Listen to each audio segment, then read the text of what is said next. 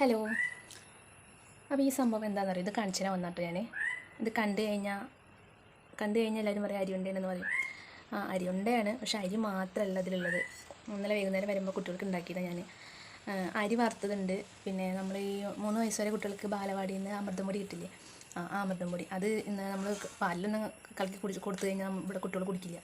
അപ്പോൾ ഞാൻ എന്താ ചെയ്യുന്നത്, അത് പൊടി കുറച്ചെടുത്ത് വറുത്തു.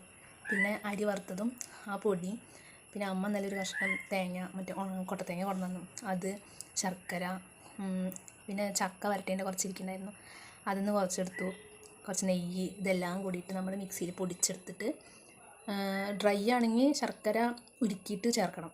എന്നിട്ട് അത് അങ്ങനെ എല്ലാം കൂടി കൂട്ടി കുഴച്ചെടുത്ത സംഭവമാണിത്. ഇത്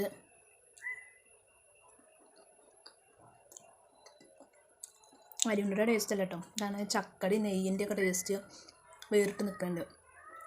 നല്ല ടേസ്റ്റ് ഉണ്ട്. ഞാനൊരു ഉണ്ടാക്കിയൊരു കുപ്പിയിലിട്ട് വെച്ചിരിക്കാം. അപ്പോൾ ഒരുപാട് ദിവസം ഇരിക്കില്ല, ഒരു 2 ദിവസം 3 ദിവസമൊക്കെ ഇരിക്കുള്ളൂ. വെറുതെ ഇരിക്കുമ്പോൾ അങ്ങനെ എന്തെങ്കിലുമൊക്കെ തിന്നാൻ തോന്നും, അപ്പോൾ ഇങ്ങനെ ഉണ്ടാക്കി വയ്ക്കാം. അപ്പോൾ ട്രൂസ് വേൾഡിൻ്റെ വീഡിയോസ് ആദ്യമായിട്ട് കാണുകയാണെങ്കിൽ എല്ലാവരും സബ്സ്ക്രൈബ് ചെയ്യാനും ഷെയർ ചെയ്യാനും കമൻറ്റ് ചെയ്യാനൊന്നും മറക്കരുത്. അപ്പം ഇനി പുതിയൊരു വിഭവമായിട്ട് അടുത്ത വീഡിയോയിൽ കാണാം കേട്ടോ.